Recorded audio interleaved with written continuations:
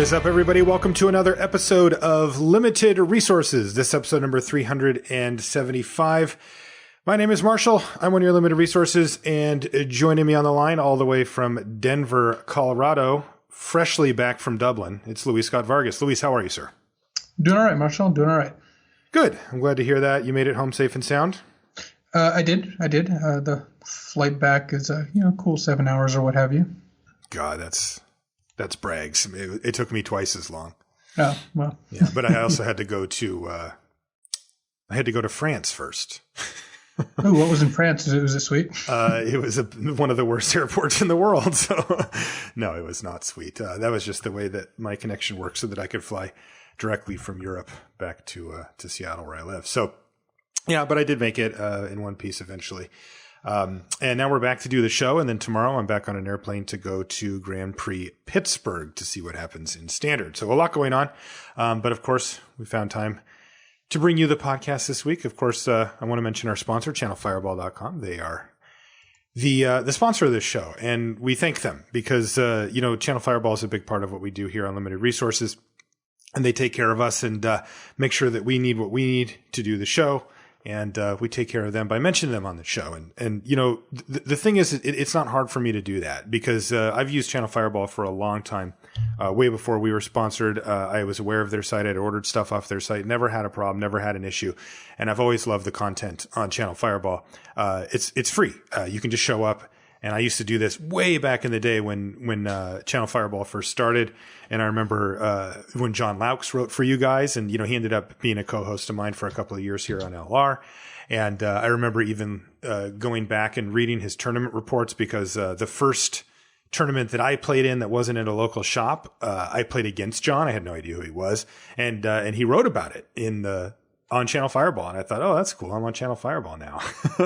And even though it was just about him smashing me with 5-color control as it was at the time against my stupid Rafika the Mini deck. But anyway, I've been reading Channel Fireball for a long time. And of course, things have only gotten better there as far as content goes. Now it's, the John Lauxes of the world have stepped aside for the Owen Turtenwalds and the really high level, high profile players. And you can read them every single week on CFB. And of course, while you're there, you can find singles, sealed products, and everything you need for your Magic needs. Everything that you need. And Magic does have a lot. You need supplies, you need cards, you need booster packs, you need all this stuff to keep being an up-to-date Magic player. And you can find it all at channelfireball.com. You can also support the show directly via Patreon. It's patreon.com/limited resources. All the information's there. It's very easy to do. And it is truly a great site. It's a revolutionary website. It's along the same veins as Kickstarter, which was also revolutionary, but I think it's even better, and especially better suited for what we do here in the world of podcasting and where you're making content repeatedly.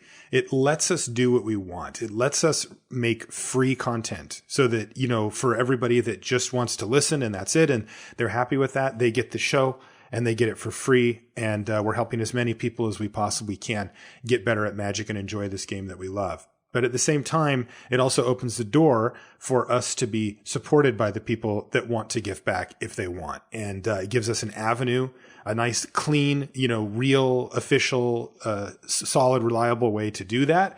And it has everything that I would want in a site like this. Basically, no restrictions, meaning that, you don't have to sign stuff. You don't have to sign up. You don't have to commit for a certain amount of time. You can quit anytime. You can change your thing anytime. You can do any amount you want. And it gives us an avenue to give back to you. So please check it out. It's patreon.com/limited resources. And one of the cool things that you get as a patron is you get access to the Patreon feed, and I'll put extra stuff in there sometimes. But one of the main things I like to put is a question of the week thread. And this is a way that you get to ask us questions that we answer on the show. And if you're a patron, you get access to that. So here's the question of the week for this week. It comes from Tom. He says, "Hey, Marshall and Elise, love listening to the show. Thanks for all the hard work you put into it." And he says, my question is about deciding between using onboard mana sinks and casting the cards in your hand. I usually get caught up seeing the advantages and disadvantages of each and rarely feel confident I've made the better choice. What sort of tricks or strategies do you use to help make that decision?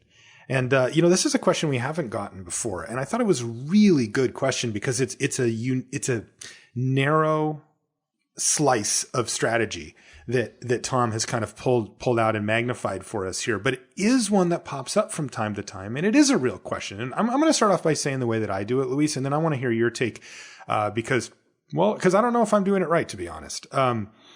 Generally speaking, when I have a mana sink, and of course what Tom's referring to is a place to put mana and generate some type of an advantage. It can be a board advantage or any type of advantage in the game, that doesn't require you casting spells from your hand.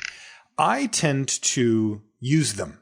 If you know the expression, make hay while the sun's shining, I try to do that because a lot of time, your mana sink will not be there, in the end. So the way I look at it is this: if I can afford to put my mana for the turn into my mana sink and generate, say, a card or a creature or some life or hurt my opponent's life total, whatever it is, and I'm not severely impacting my route to victory, meaning that it's not like if I do this, I probably die next turn. Then of course I will take my foot off the gas and not do it. But in most scenarios, I will default to using my mana sinks when I can. And my thinking is that if my opponent can't beat this mana sink, then I will win the game by just repeatedly using it. And if they do find a way to answer it, then after the dust settles, I will have generated some amount of advantage, but I'll still have all the cards in my hand that I've drawn for those turns, and then I can start casting those. So that's my general approach to it. Of course, it's going to be a case-by-case basis. How do you see these things, Luis? I just think similar, but the slight extra, I guess, bit of nuance for me is I really pay attention to my mana efficiency. It's something I harp on the show all the time. So imagine you have a mana sink that costs like 6 mana to use. Yeah. And you have 8 mana. If I have 2 4-drops in my hand, I will generally just play both of those and then start using the mana sink afterwards. If I'm like a land away from playing 2 spells in the same turn, I'll often use the mana sink and then next turn play a land and play 2 spells. So I focus a little bit more on trying to get overall the most powerful amount of stuff out, whether that's using the mana sink or not. But I do bias towards using it because, as you said, if you have a creature with a powerful activated ability, you're not going to count on it being around forever. Yeah, one of the good examples that I think of when I think of a mana sink, especially one that's really perfect for this illustration that Tom brings up, is Azure Mage. Do you remember that card? It's one in a blue for a 2/1, and you can pay 3 in a blue and draw a card. And one of the reasons I know it is I gave it a 0 in my constructed review of the card. And did it end up being a sideboard card or something? I ended up top 8 nationals with it in my sideboard the next week. So you got him. Yeah, you threw everybody off the scent. It was the bait and switch. Pure strategy. But this is in my mind a perfect example of one of these mana sinks because I think we're all pretty familiar with the advantage that you can gain by drawing, let's say an extra card every turn. But at the same time, 4 mana is at that nearly prohibitive amount where it's probably taking up all your mana for the turn in most scenarios. But at the same time, this is a 2/1 creature. It dies to basically any removal ever printed that's not, blue or white. And what that means is that, if you're going to try to get ahead on cards, it can be worth it, even if, let's say it's turn 4, you've played this on turn 2, turn 4, you play your 4th land, and you have the option to either activate this or cast a 4-drop creature. This is where I'll apply my method and say, well, if I can survive and be fine without playing the creature, I'll often just activate this instead, get the card out of it. And then if my opponent untaps and says, kill your Azure Mage, I'm like, okay, fine. And I'll start playing creatures. But like you said, you like to kind of weave them in and out as it's most efficient for you. Yeah, if I have an Azure Mage, for example, and 7 lands out, I would rather either use the Azure Mage and play a 3-drop or just play a 5-drop and next turn play a land and use Azure Mage twice because I'm trying to get the most value out of my cards in total. Okay. Yeah. Good stuff. So thank you, Tom, for the question. And of course, for everybody else submitting questions on the Patreon. I actually did a few days ago put up a new question of the week thread, by the way. So if your question didn't get asked from the previous thread, go ahead and throw it in that one. And I just like to keep it bumped, so that it doesn't fall too far behind. And that one's a couple months old. So I did that. Okay. Let's crack a pack, Luis. I got this one from Nick from Grand Prix San Jose. Thank you, Nick. Appreciate it. I'm going to make sure I read these cards, by the way, Luis. I realized that last week we didn't read all the cards, and it's still a little early to just assume that everybody knows all the cards by heart. So I'll do the quick version, but I am going to read them. Hinterland Drake, that's the 2 and a blue 2/3 flying that can't block artifact creatures. Guy's pretty good. I like Kinnerlin Drake. Would be disappointed at first pick it, but it's a fine card. Yeah. Alley Evasion. This card's decent. It's the 1 mana combat trick. It's white, and you can choose one. Either give a creature a +1/+2, or you can return a creature you control to your hand. Yeah, a solid card. Not one I'm super excited about, though. Yeah, same thing. I have found just enough use for it. The flexibility with Revolt and stuff like that matters. And then saving a creature from removal can be a thing, though it's a little clunky to do. Chandra's Revolution. There we go. 3 in a red, deals 4 damage. It's a sorcery that deals 4 damage to a creature. You get to tap a land that doesn't untap. This is my pick so far. Not a card I'm too unhappy taking early. Yeah, it's not bad. Silkweaver Elite. I mentioned it on the last one, but this one's really kind of disappointed. It's a 2 and a green, 2/2 with reach, and it's got Revolt. When it enters the battlefield, you draw a card. It seems like it would be just sweet, but it's just not. Yeah, it's not a great card. It's playable in a Revolt deck, but those decks are few and far between, and overall the power level is just not quite there. Yeah, and by the way, that's true of most Revolt cards. All right, well, we've got the 4-drop sorcery duel here. Daring Demolition's our other option so far. It's 2 black, destroy a creature or vehicle, sorcery speed. Certainly better than Chandra's Revolution just because it kills anything, including vehicles. So I'm in for Daring Demolition right now. Yeah, I am too. Especially the ability to reach out and kill a vehicle is such a powerful effect that is so annoying when you're holding a card like Chandra's Revolution and your opponent's sitting there with a vehicle. Like, what are you going to do about it? Ether Poisoner. I like this one. This is the 1 in a black 1/1 Death Touch, and you get 2 energy when it enters the battlefield, and when it attacks, you can pay 2 energy to make a servo. I like it. I think it's worse than Daring Demolition, though. Definitely. I think one of the reasons I like it is because I've, in the early part of the format, I drafted a lot of green, and this card's pretty annoying against green decks. So I was like, well, maybe I'm overvaluing it just because it's good against the decks I played. Night Market Guard. This is 3 mana for a 3/1 that can block an additional creature each combat. Fine. I found it can't block almost any creatures because I don't put it in my deck and then I don't cast it. Then I don't use it to block. Yes, it is not a great card. Prize Fighter Construct. Speaking of not a great card, 5 mana for a 6/2. No. Nope. Okay, I want to know what you think about this one because I've seen it pop up in decks and it feels so mediocre to me. It's Mobile Garrison, the 3 mana 3/4 vehicle that crews for 2. Not too bad. And when it attacks, you can untap another target artifact or creature you control.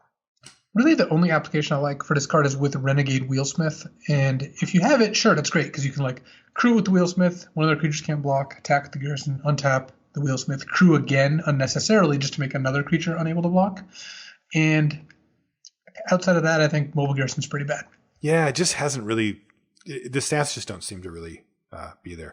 Oh, I like this next card, Sweatworks Brawler. This is the 3 in a red 3/3 menace with Improvise. Yeah, it's a good card. Good card. It's a one you would tend to want multiples of if you want any of them. But I still think worse than Daring Demolition or Chandra's Revolution. Yeah, I do too. It just tends to be one of the two good common payoffs for the blue-red Improvise deck is Sweatworks Brawler, and then the other being the Inventor.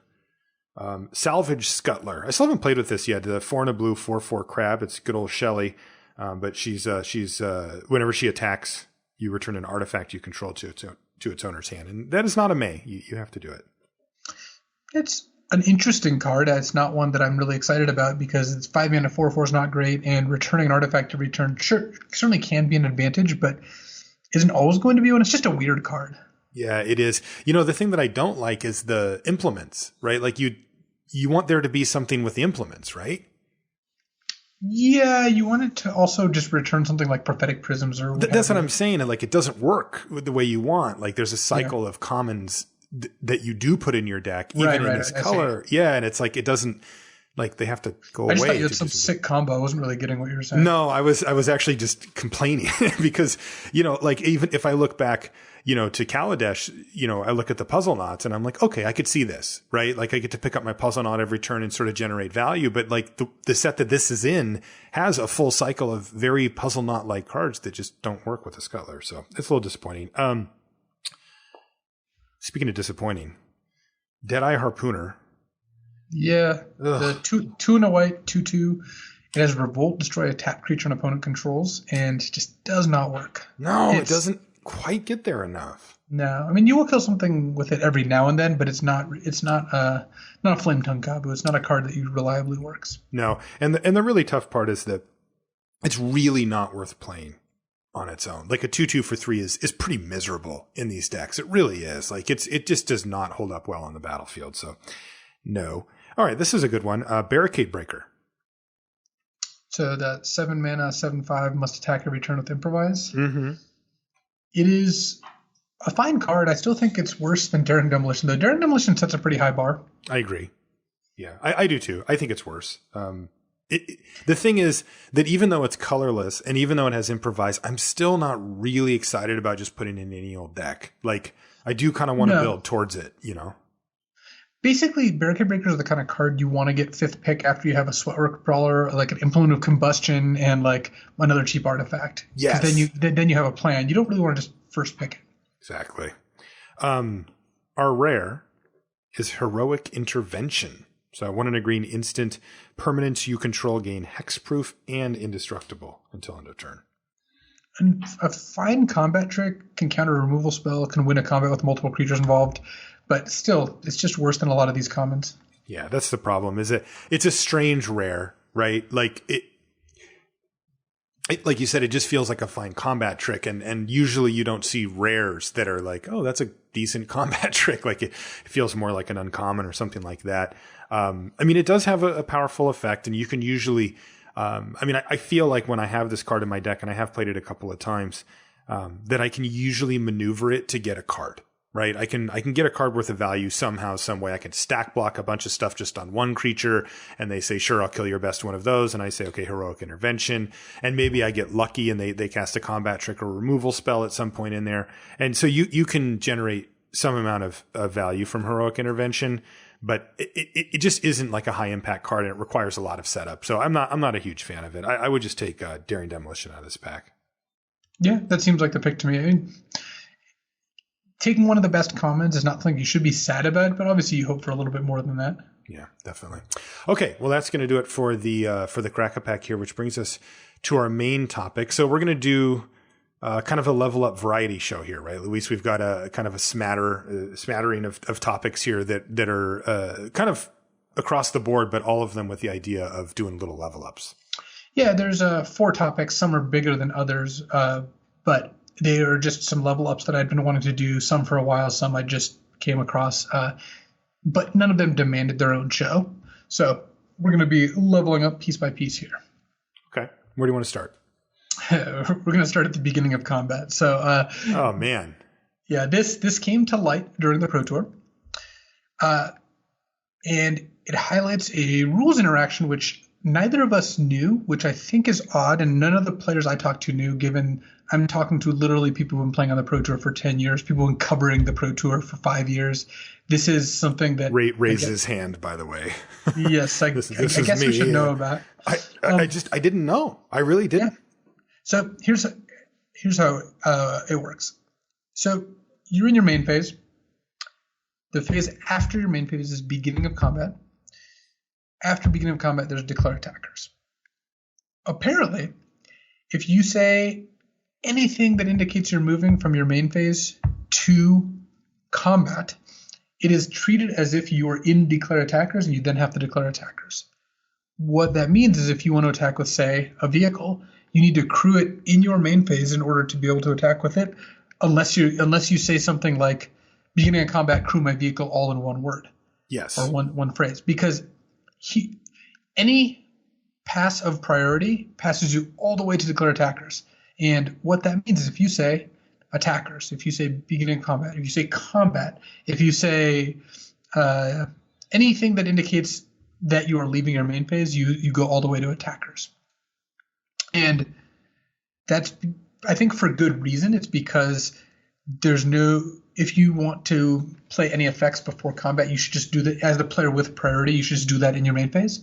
But no one knew about that. The exception here is if you have something like Weld Fast Engineer or Toolcraft Exemplar, which triggers during the beginning of combat, you have to go to there. That'll stop you there. But you as the player with priority can't just go to your beginning of combat. You either are in your main phase or in attackers. Which is just so weird because if you play on Magic Online, you know that you can set a stop at your beginning of combat step. And also, the beginning of combat step exists. It is there. It is part of the game. And so, you would think generally speaking, that if you wished, you would say you could, and of course, this is all under the assumption that you're communicating clearly your intent to your opponent, that you could say, I'd like to leave my main phase and go to my beginning of combat step. But you can't. It will be taken as, okay, well, we're going right past that unless you specifically say what you're going to do there. The interesting thing is it is actually better for me to do most of these things in my main phase strategically, right? It is. And the impetus behind this change is the only reason that the main reason rather, I should say, that people draw a distinction here is to actually trick your opponent, to be like, all right, I'm trying to leave my main phase. Then your opponent's like, okay, I will tap down your biggest creature. You're like, okay, well, since I'm still in my main phase, I'll play a bigger haste creature and attack with it. Exactly. And to eliminate that, there's no intervening step of beginning of combat. Your opponent can still tap something, but if they do, it's in the beginning of combat, not in the main phase. Right. So I think the change is good. I just didn't know about it. And a lot of people didn't either. And there was a bit of a controversy with it during the Pro Tour. My point is only that if you want to crew vehicles, if you want to play a haste creature, just do that during your main phase and then go to beginning of combat. Yes. Which is essentially declare attack. There is no beginning of combat for you. Yeah, there pretty much isn't. And the key here is that you should get used to doing this when you play live Magic, because if you do find yourself at, say, a Grand Prix, or if you get lucky, a Pro Tour, and you say combat, and your opponent says, okay, you're attacking. Right. So you and if you call a judge, they'll say, this is how we handle this universal shortcut. Even though, and the real distinction here for me, as I was watching this unfold, was the difference between saying combat and saying attackers. Because to me, what I'm saying, when I say words like that is, I would like to go to this phase. Do you have anything that you want to do right now? And I'm passing that priority back to you. So in the sense that I say combat, I would be saying, I want to leave my main phase, go to beginning of combat step. And it's important that, the punctuation mark here on this point is that is not how that will be interpreted by a judge. They will not interpret it that way. So get used to saying, if you're saying combat, what you're really saying is attacker. So anything that you wanted to do ahead of time. Luis, you said it, and it's true. You can also append combat with combat crew my vehicle. You're allowed to do that, but you have to say it right there. Yeah, and there's just no advantage to doing that. So just do all your stuff during your main phase, then say whatever it is you want to say to go to combat. So don't get trapped by this. It's not a trap or a trick. It's just this is how the rules work. Yeah, you need to know. Yeah. Okay. So now that we've navigated that potential pitfall, what's next? Next is one of the bigger topics, which I've said is using empathy, which is the title I have for this, even though really what it is trying to understand your opponent's perspective and the information you can get from that. Yeah, this is huge. This is something that Paulo talks about a lot, that you talk about a lot, and that's really worth going into depth here. Yeah. So the development cycle of a competitive Magic player often goes like this. Step 1, you're playing your cards. Hooray! Yay!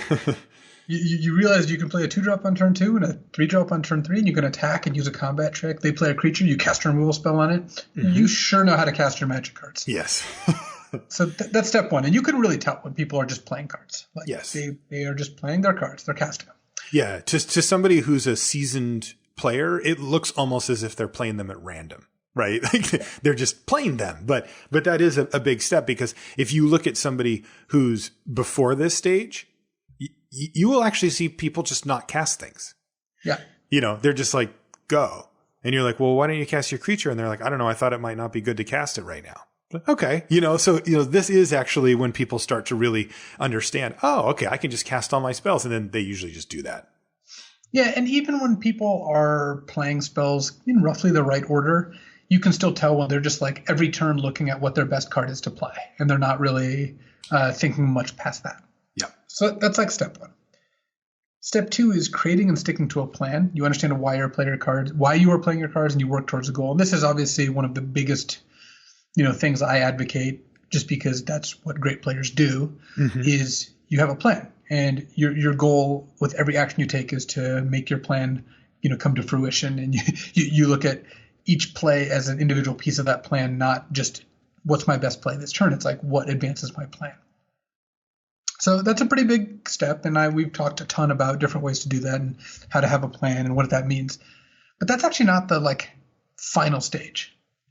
And the final stage is one that a lot of people don't get to, which is realizing your opponent also has a plan. Realizing your opponent's also a thinking human being.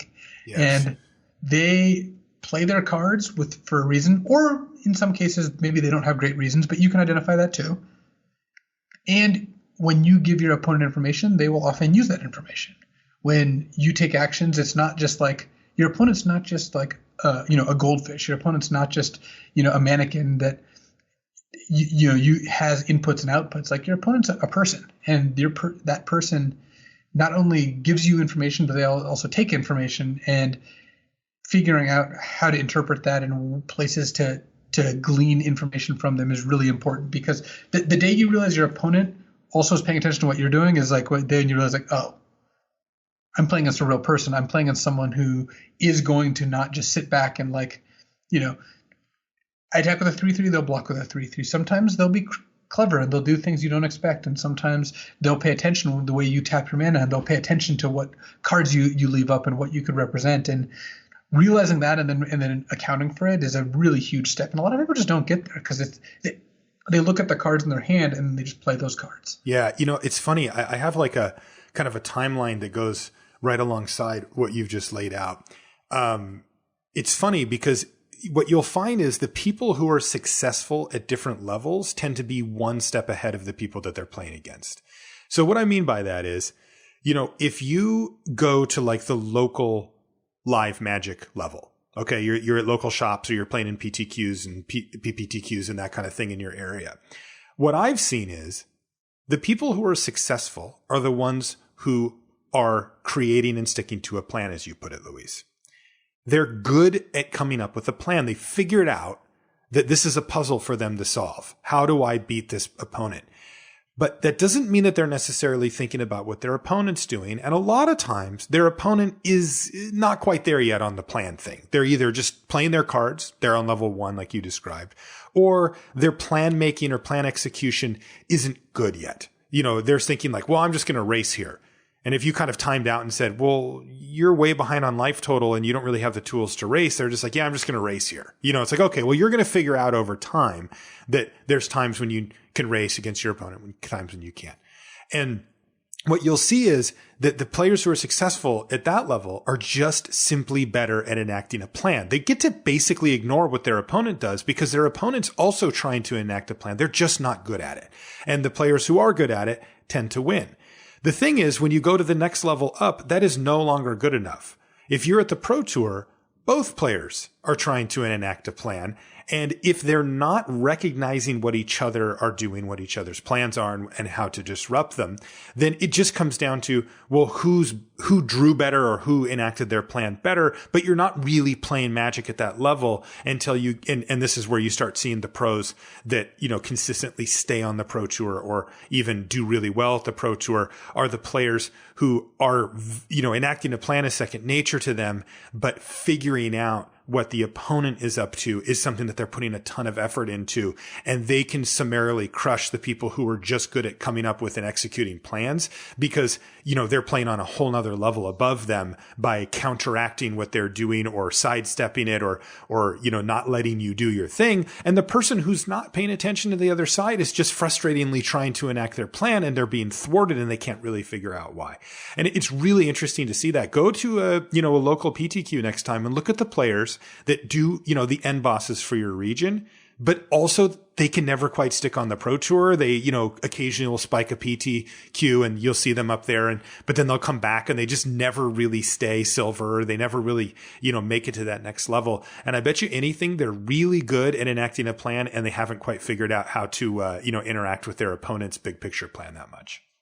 Yeah. You can come up with a great plan and you start enacting it, like you said, and especially when you're playing against people who are, maybe worse than you. And then all of a sudden you play against someone and they they keep throwing a wrench in your plan, or they don't cooperate. They don't do the obvious play. Like, you're like, all right, well, I'm going to attack with this 4/4. They're going to block the 3/3 or 2/2, and I'm going to giant growth and blow them out. Right. And then your opponent instead blocks in a play way you didn't expect, or takes it and attacks back, or does something that is not obvious, and you're like, but I had this plan, and on paper it looked great. Mm-hmm. It should work out. If my opponent played level 1 Magic, I would beat them. But you're playing against someone who's just a lot craftier, and they're like, well, I understand what you're doing, and I'm going to play in a way to beat that plan. Yeah. My plan involves beating your plan, and it is a definite level up moment when you realize that your opponent also has agency. Yeah, it really is. It's a big deal, and this is how you get to that highest level. To being somebody who could play on the Pro Tour against the pros and actually be able to play the game. And this is where the game really opens up, right? This is where you make plays that are not obvious. Yeah. This is where you can represent things with the confidence that your opponent's going to understand what you're representing and play around it. So you get to do a lot of back and forth and trying to next level your opponent. So let me give you some steps on how to utilize this, or how to put this into practice. The first part is figuring out what level your opponent's on. And in a competitive setting, so something like day 2 of a Grand Prix, a competitive league on Magic Online, the Pro Tour, I will give my opponent the benefit of the doubt and figure that they're on level 3, that they're playing cards with a plan, and information I give them will cause them to adjust. So I give my opponent a lot of credit if it's a competitive situation. If it's, if you're playing at an FNM, maybe like the early rounds of a Grand Prix, I wouldn't always get it to that point. But in general, you lose more by underestimating your opponent than overestimating them. Still, you need to use clues, right? So your opponent, when they do something that demonstrates that they aren't at that level, like make an obvious mistake or they're clearly inexperienced, part of this, a lot of the things I'm going to talk about today are easier in a physical setting, by the way, because yes, you're going to maybe play against someone who's very crafty and pretends like they don't know what they're doing. But honestly, if you play against someone who seems nervous and doesn't, and their manner is portraying that they don't know what they're doing, they probably don't know what they're doing. Yeah, for sure. So once I get more information, then that impacts what I do with my cards, because I get to know whether they're using the information I give them. I get to figure out how useful and how truthful their information is, because when you're playing against someone masterful, a lot of the signals that they'll do and a lot of the information you get from them is actually false, because they know that what they're sending and they're going to try to trick you. When you play against someone not masterful, a lot of it will just be genuine. When you play against someone and you play like a good spell and they think about where to counter it, but eventually let it resolve. If you play against someone who is not like the best, they probably just had a counterspell and are thinking about using a counterspell. If you play against someone who's very good, there's a good chance they're bluffing, or they actually have it and they're thinking long enough to make you think there's no way that they actually would think this long, and they're bluffing. So there's many levels they can end up on. Most people, when they a spell in the stack, it's because they have a counterspell. So right. You really have to get a read on your opponent. So number one is figuring out where your opponent lands here. I tend to aim a little high, but again, information can tell you that. But you said this, you do feel like aiming high benefits you, even if you end up being, even if the aim doesn't hit its mark and they're a little lower. It does, because a lot of the ways you play against someone who, basically, if you give your opponent the benefit of the doubt, assume they're going to play well and assume they're going to account for the things you're doing, you lose less ground than if you assume that they don't know what's going on and that they'll make obvious mistakes. Because people who don't know what's going on and make obvious mistakes, you tend to pick up a lot of percentage against them anyway. You don't want to try to look for those edges against someone who's just going to snap you off and punish you for that. Okay. Number two is, look for information as to what their plan is. What are they showing you? What are you trying to interpret here? So, just a bunch of examples here. Like, is your opponent looking to race? Is your opponent trying to trade removal spells for weak creatures? Like, for example, if they shock a 2/1, right? You just put a 2-mana 2/1 and then they shock it. Well, shock's pretty good. I wouldn't always use it on a 2-mana 2/1s. That is a little bit of information. A bigger piece of information. They welding sparks a 2-mana 2/1. Now you're like very suspicious, because why would they do that? Mm-hmm. They're passing the turn with lots of mana up. Well, what kind of sweepers are in the format, especially at lower rarities? What kind of tricks or instants could your opponent have? Like, do they have Death Dismissal, deal 3 damage divided as you choose? Maybe don't attack for a turn if you think that was what it could be. Look at what mana they leave up. So this actually happens a lot. Your opponent taps out except for a single forest, and you think, Ornamental Courage, that costs 1 green, that's a reason to leave that forest up. Then next turn they tap all their mana except 1 plains. Maybe they just don't have anything and they're just leaving one of their lands up at random. Right. And like, you're never going to like extreme levels here where you're thinking like, well, they might have the, whatever now, and they tried to trick me last turn, right? It's like, for the most part, people, play fairly straightforward with stuff like that, right? Yeah, it would take someone particularly devious before I think they would be mistapping on purpose to trick me off thinking they have the card. Yeah. Plus, they would be taking on risk too, right? So. They would be taking on risk. If you have Ornamental Courage, you're just leaving a forest up. That's just for sure what's going to happen. Are they scared to double block? Like, you attack with a 4/4, they have a 3/3 and a 2/2, and they just don't double block. Do they do that when you have mana up? Do they do that when they have mana up? And, like, figuring out why they would not make, quote unquote obvious blocks there. I love that example, by the way, because that one does pop up a lot. Where, let's say both players have, multiple cards in hand and a lot of mana available, and that exact scenario comes up. You attack your 4/4, and your opponent has a 3/3 and a 2/2, and maybe in game one, they're like, yeah, no blocks, and you can just tell that they're just very hesitant to get blown out by like a combat trick of some sort, something like that. They don't want to take the risk, so they decide not to block. But maybe later in the game or in game 2, a similar scenario comes up and you attack and they just shove both creatures in front. This is a scenario where you've got a lot of information about how your opponent played before and how they're playing now. And you have to ask yourself, well, what might be different? And what might be different is they may have a way to counteract, your pump spell or to, thwart your plan.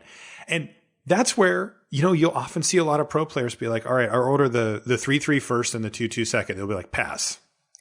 Like, it's okay. Like if they look at the way that what you're likely to have, maybe a removal spell, your opponent, and you have a pump spell, and you say, well, if I go for the pump spell here and my opponent kills my creature, I get 2 for 1. If I just pass priority, my worst case here in most scenarios is that, I get 1, it's a 1-for-1 trade. I traded my better creature for their worst creature. Maybe not what I really wanted when I attacked, but I've got a lot of information that tells me that going for my combat trick here is really high risk. And so I'm just going to say, okay, I'll pass. Like, let's just trade off these 2 decent creatures. I'll leave you with your 2/2, then I'll play my big creature and pass a turn. And, again, there's a lot of levels to this. The other thing could be, well, I have to face down this removal spell at some point, so I may as well get it out of the way now, or I have a bigger threat that I want to protect, so I'll kind of bait it out. You can do all these decisions, but again, this is all based on what your opponent did. In game 1, they were like, no blocks. And in game 2, they just snapped you off. It's like, well, what changed here? Something is different about the way they're playing it, and you can often garner a lot of information from that. It's actually a great example from both sides, because, think of the level 2 person who's like, I've got a plan and I'm going to enact that plan. They're like, I'm going to take 4 this turn, and then next turn I'll have my removal spell up. I'll double block. They'll use a trick and I'll blow them out. So they go, take 4. Next turn you attack again. They're like, all right, double block. And this is where they just assume you're going to play into their hands.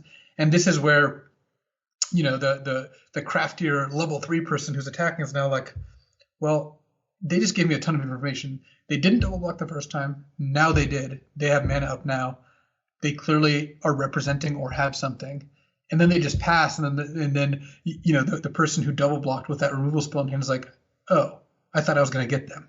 Exactly. And it's like no, your opponent also gets to use this information. They get to look at what you did and draw conclusions from that. Yeah, and you also see even more intricate scenarios come up with that, or maybe not more intricate, but more playing around type scenarios.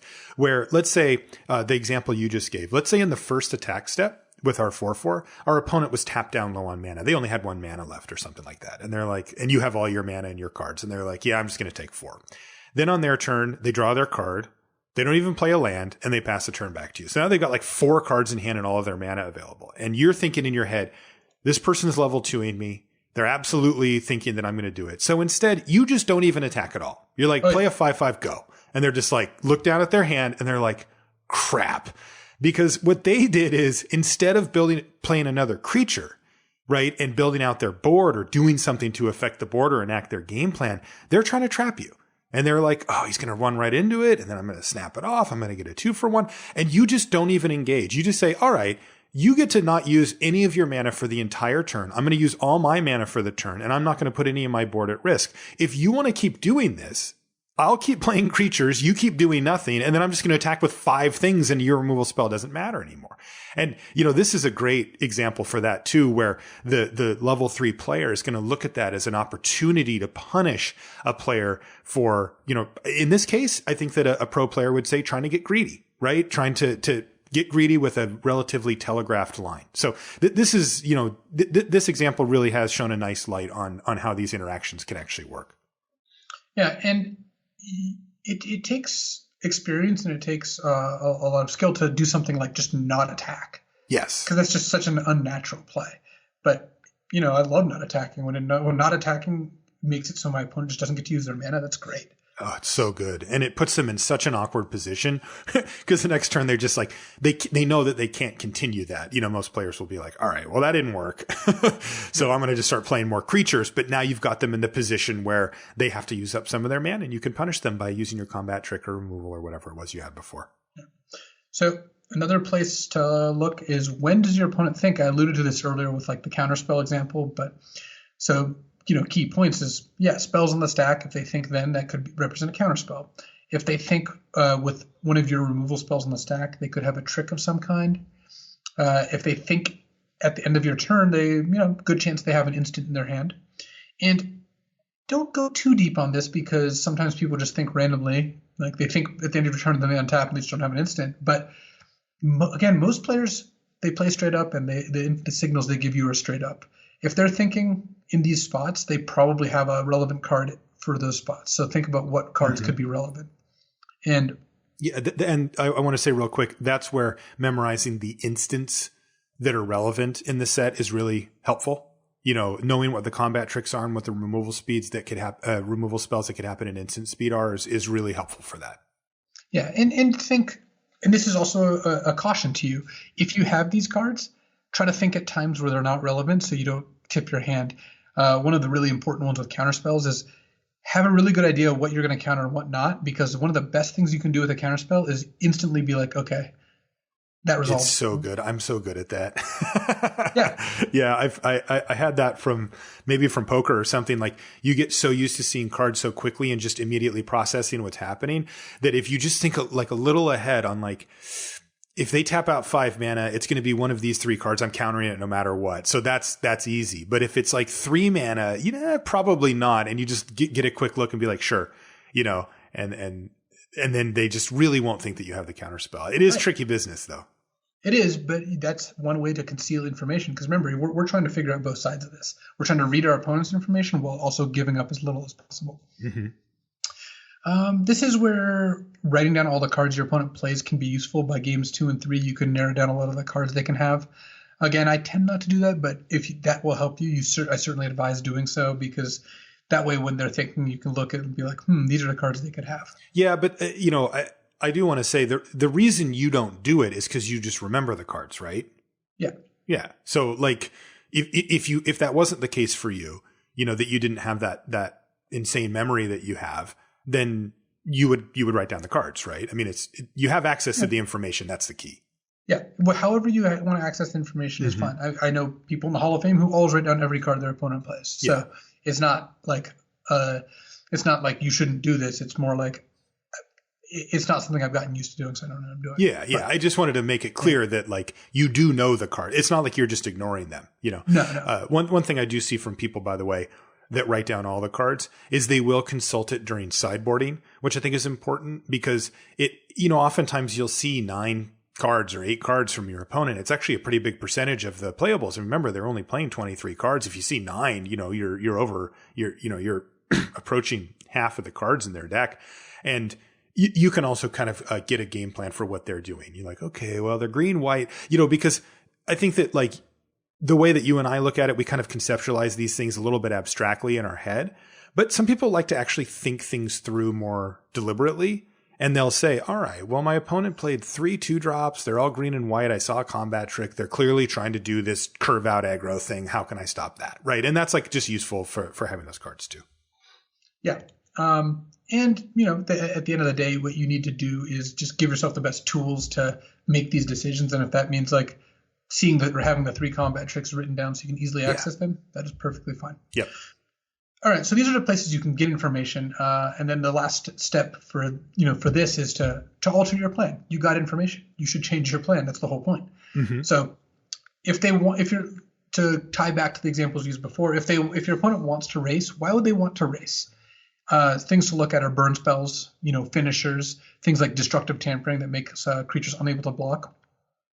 They have ways to tap down multiple creatures, or they have a haste creature. Like, what are the reasons that they would want to race? And think about how to mitigate those risks. Maybe play a little more cautiously. Maybe leave a removal spell up. Maybe, use a removal spell on a creature that you normally wouldn't. Because if your opponent's actively trying to race, if they're trading if they're shooting 3 damage for 4 damage, like they're attacking for 3 when you're attacking for 4, it's because they think they have something that can swing it in their favor. Yeah. It's not just because they're bad at math. Right. Except, maybe sometimes it is. But again, the reason I don't like assuming that is you're going to beat the people who are bad at math a pretty high percentage of the time. Yeah. I would rather not assume that your opponent's just, again, a goldfish or a buffoon, because if they are those things, great, you're ahead. But if they're not, you just got trapped and you put yourself in a dangerous situation. Yeah. And I think that there's other types of mistakes that you'll see from those players as well that are less like, somebody swinging for 3 damage when they're going to take 4 damage on the crackback is like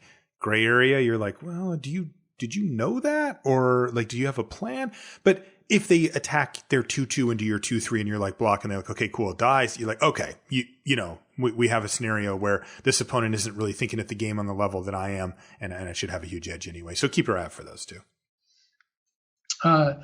We kind of covered this earlier, but if your opponent fears double blocks, but then wants to make double blocks later, it's, because of what we talked about. They have a removal spell or a trick, and they're waiting to try to trap you. Mm-hmm.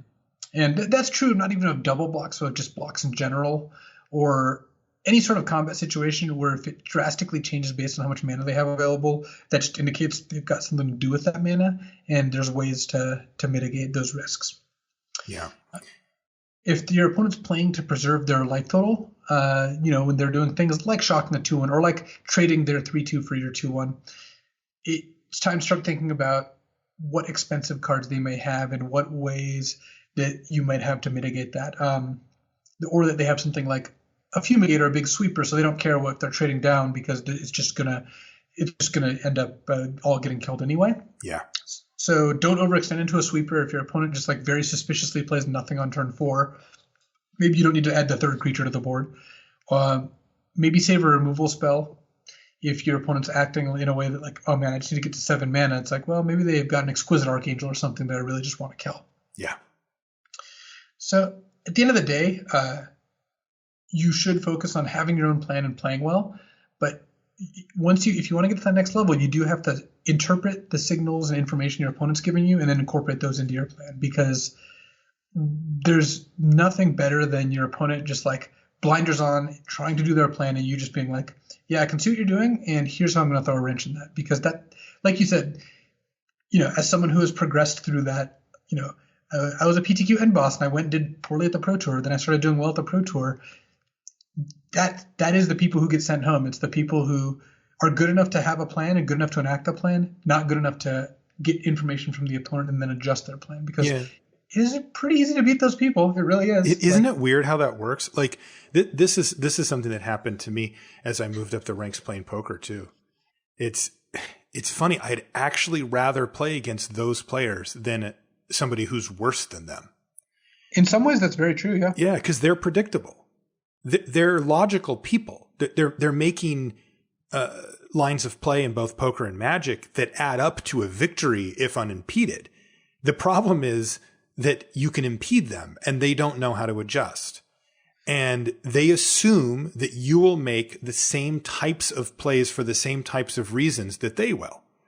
Because they're playing a strictly logical game. Where if you get somebody who's decent at Magic but really doesn't know what they're doing, they're wild. They can make any play for any reason. And I'll tell you what, it's the same thing in poker. They just go nuts. They're just like all in.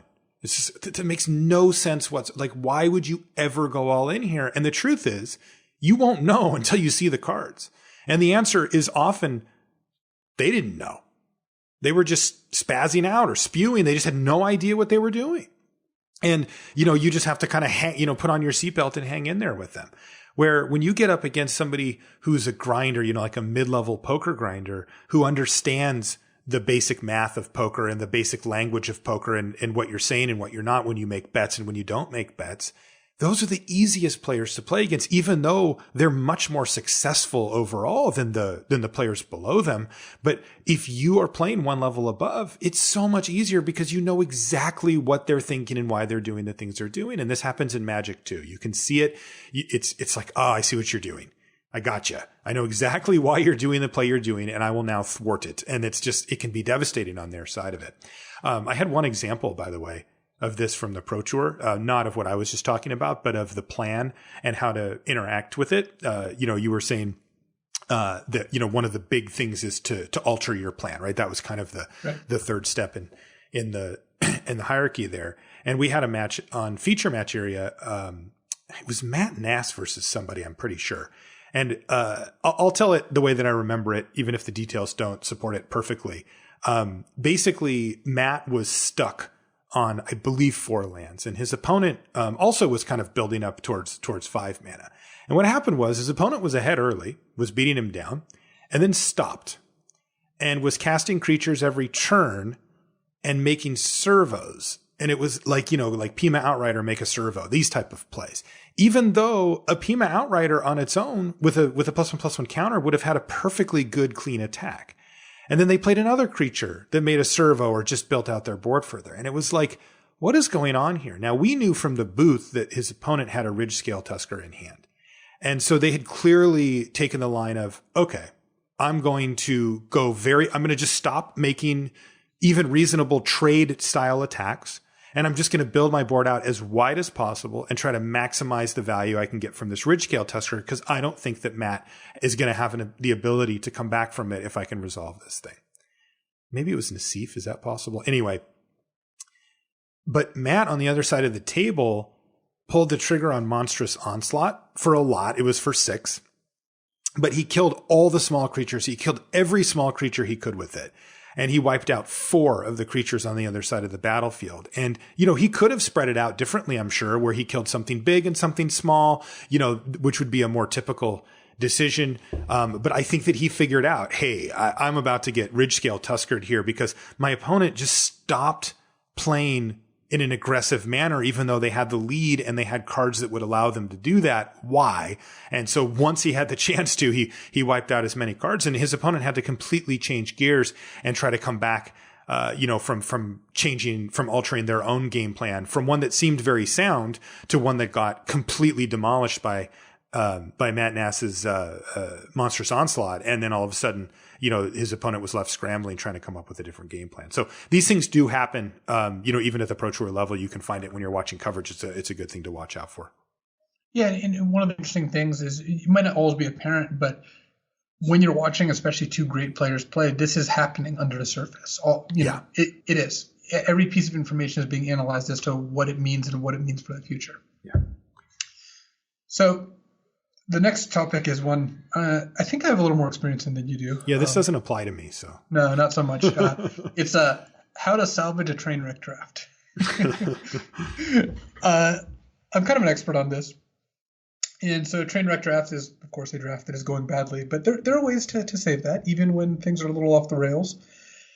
So let's say, for example, you're in the middle of pack 2 and things are not going well. You started red-green, but then red was pretty cut and you took a couple white cards. Pack 2, you opened a red bomb and then took it, but then the next couple packs was like red card, white card, green card, red card, white card, green card, alternating. And the packs were just empty, but there's one good card in each pack. So you're like, at this point, like mid to late pack 2 and are basically like 3-ish split colors. And this is the exact setup for a train wreck draft, right? This is how you end up with not enough playables. This is how you end up with a deck with no synergy because you're just jumping all over the place. Well, how do you escape with a playable deck? First part is count your playables. Easier on Magic Online, but it's a good memory exercise in paper. And if you're doing a paper draft and things are going badly, you really need to make sure you know these numbers. If you have 7 red cards, 5 green cards, and 5 white cards, you should probably bias towards red because you're really going to struggle to get to 22 or 23 when drafts go really badly. The second part is play your best cards because you're almost in sealed deck mode. And here, where you just have like a pool of cards, but you can't play all of them because I'm assuming that you just can't play straight up 3 colors because that's just generally a bad strategy. So you're going to have to pick 2 of those colors, and you should bias again towards the ones with the maximum amount of powerful cards. And for this example, it's red again because you opened a red bomb. You need to get Chandra into your deck or whatever red card you opened. Right. So bias towards the color with your best cards. Even if that color's average card is not that great. Grab fixing. One way to make sure you have enough playables is to splash a color. And yes, I don't think you should be 3 colors, but if you end up with like an Attuned Ether and a Prophetic Prism and a Renegade map, all of a sudden, yeah, it's fine to splash, 2 white cards or something along those lines. Yeah, now you did mention you don't think you should be 3 color, but I do see players just say, screw it. Devil's Mana Base, 667 or 666, yeah, and they just throw it in there. And then they're just like, well, let's just hope that this works out. That is not recommended. No, the problem with that is you're going to get mana screwed a ton. And even when you don't, it's not like your cards are that much better than your opponent. You're just playing average cards of 3 colors. Right. It's pretty bad. By the way, that is a train wreck when you have to submit that. Yep. Yes. But you can play 2 in a splash, and maybe you splash when you're not as happy about it, but it does get you to enough playables. Next is hard commit. At this point, you just have to pick 2 colors and just the ship has sailed. I'm playing white. I am playing red-green. And, we always talk about being flexible and reading signals. At some point, you do not have the luxury of doing that. You will not have enough playables. So, late pack 2 is not the time to take a speculative white card. Just take the mediocre green card because you're playing red-green. You have decided this. Yes. And you should have decided it for reasons. You should have looked at, the previous things I said, which is like, which colors are your best cards? Where do you have the most playables? But at some point, you need to pick and you need to just roll with it because you have used up, your runaway. You're landing. You're going to land somewhere you really don't want to land if you just keep waffling.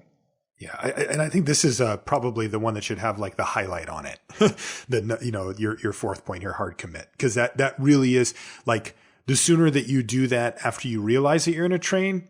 Did you just highlight it? Wow, there, that's impressive. I appreciate that.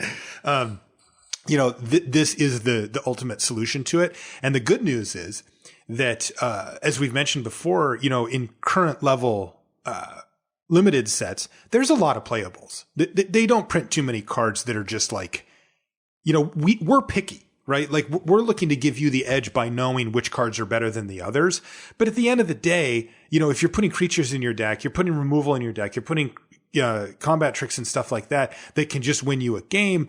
Yeah, you might not have the best cards, but as long as you hard commit to a color pair, you're likely to end up with enough playables. It's just you're playing 2/1s for 2 mana that you're not really happy with, but they're playable. They get the job done. You put them in your deck and you turn them sideways, and you're going to give up some percentage, but if you do manage to hard commit before that runway runs out, you are likely actually to make at least playables, which is better than you can hope for, if you wait too long.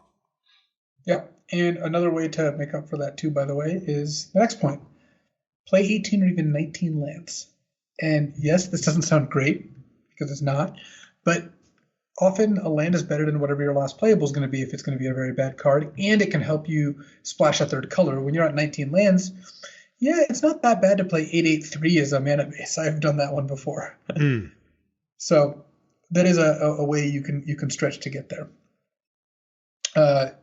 Also within this, it's not true of every format, but sometimes there's off-color cycling cards or off-color morphs. I played off-color morphs before. No shame in that. Your opponent thinks they're good cards, and they'll try to kill them anyway. Oh yeah, that's the best when you can't even flip it over and they use a removal spell on it. It's like yes. Oh yeah.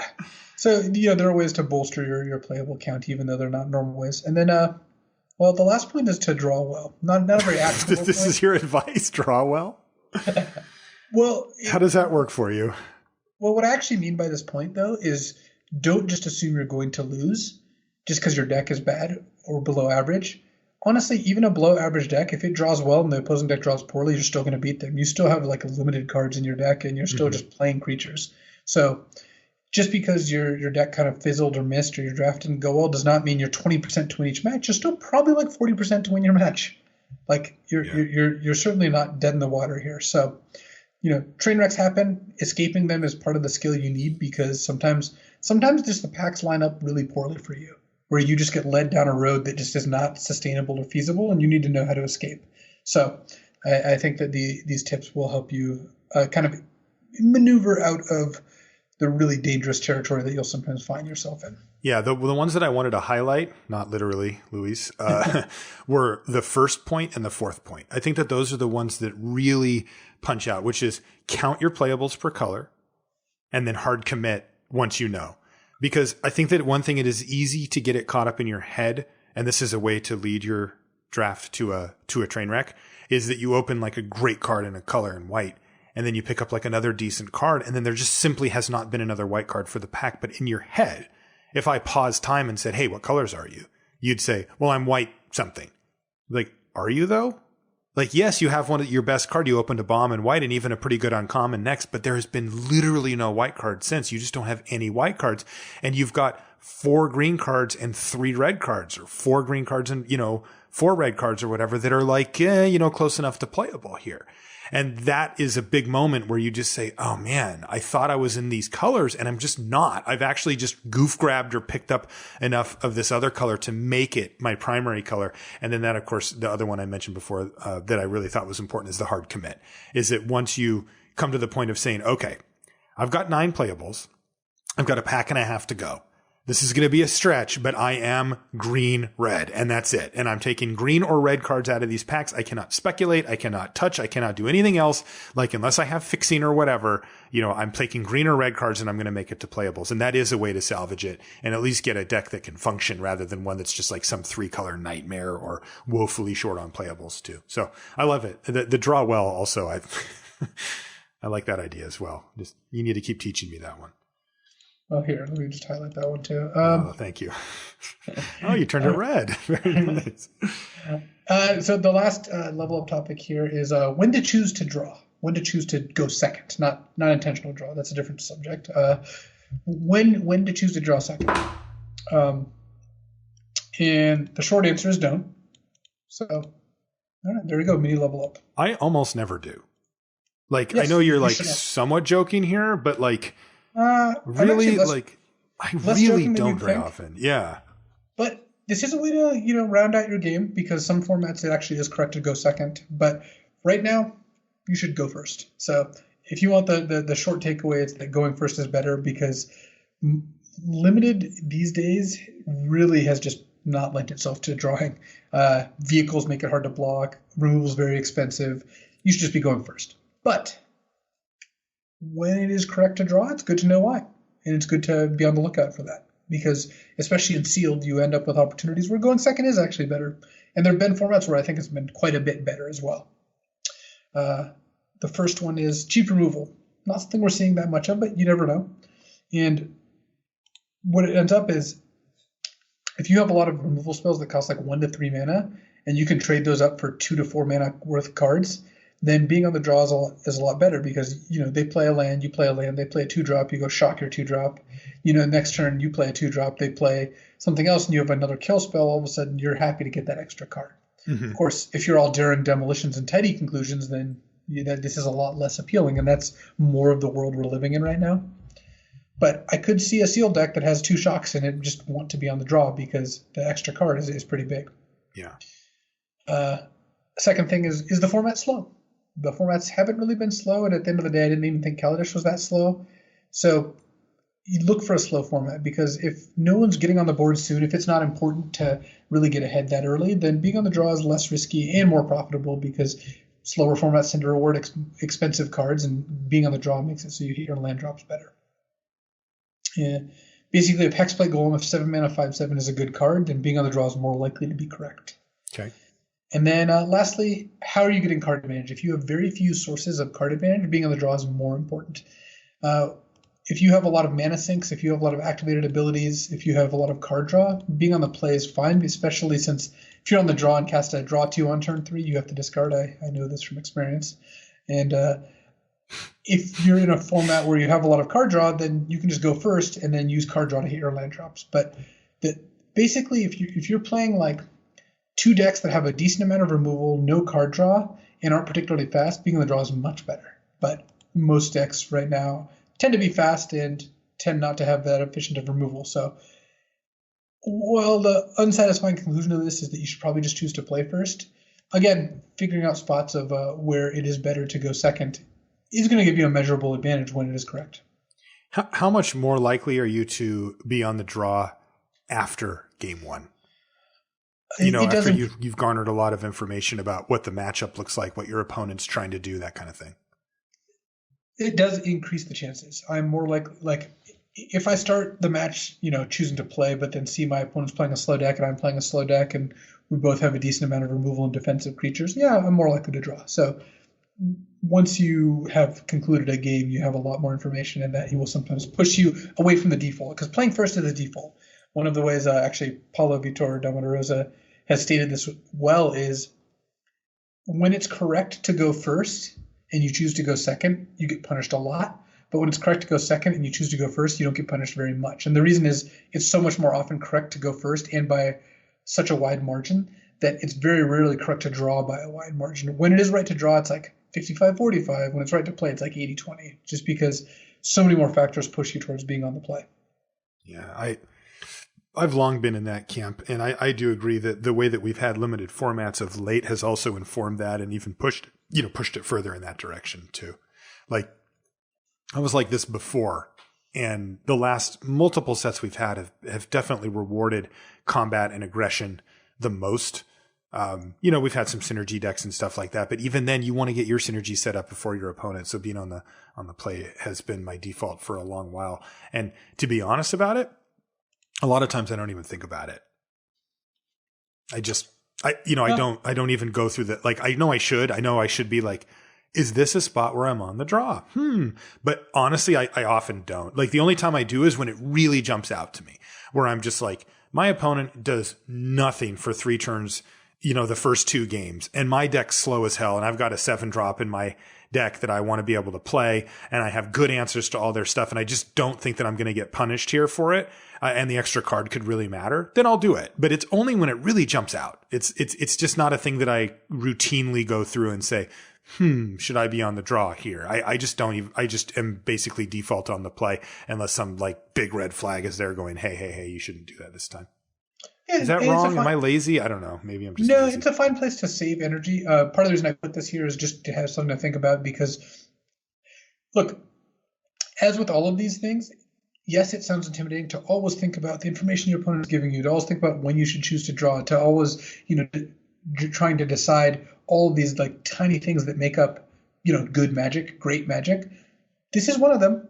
I do think about these things in all the matches I play, and sometimes it's right and sometimes it's wrong. Mostly it's right to go first, but it's still like, this is how I get a little edge, is that in the, 5% of times it's right to draw first. I think I have a pretty good chance of identifying that. All right. Good stuff. That was fun. I feel like we leveled up.